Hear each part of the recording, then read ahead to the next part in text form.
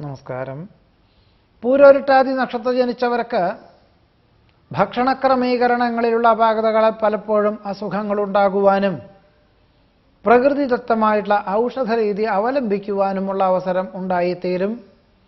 തൊഴിൽ മേഖലകളിൽ മാന്ദ്യം അനുഭവപ്പെടും.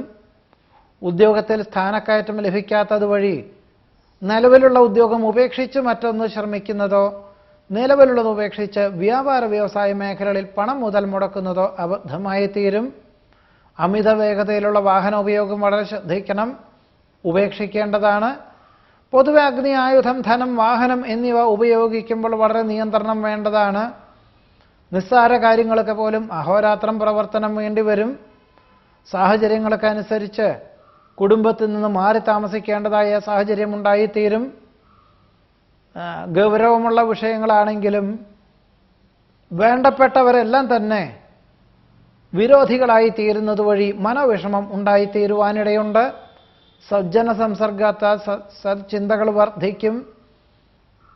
വേണ്ടപ്പെട്ടവരിൽ നിന്നും വിപരീത പ്രതികരണങ്ങൾ വന്നു ചേരുന്നത് വഴി മനോവിഷമത്തിന് യോഗം കാണുന്നുണ്ട്. ശമ്പള വർധനവ് വേണ്ട വിധത്തിൽ ലഭിക്കാത്തത് വഴി പണം കടം വാങ്ങേണ്ടതായ സാഹചര്യം ഉണ്ടായിത്തീരും. ഏതൊരു കാര്യവും വളരെ നിഷ്കർഷയോടുകൂടി ഈശ്വര പ്രാർത്ഥനകളോടുകൂടി അവലംബിക്കുന്നത് വഴി മാത്രമേ അനിഷ്ടങ്ങളെ അതിജീവിക്കുവാൻ സാധിക്കുകയുള്ളൂ. വിദേശയാത്രയ്ക്ക് തടസ്സങ്ങൾ അനുഭവപ്പെടും. ബന്ധുക്കളും സ്വന്തക്കാരും വേണ്ടപ്പെട്ടവരൊക്കെ തന്നെ ഉപകാരങ്ങൾ ചെയ്തു കൊടുത്തവരും കൂടി വിപരീതമായി തീരുന്നത് വഴി മനോവിഷമം എല്ലാ പ്രകാരത്തിലും വന്നു ചേരുവാനിടയുണ്ട്.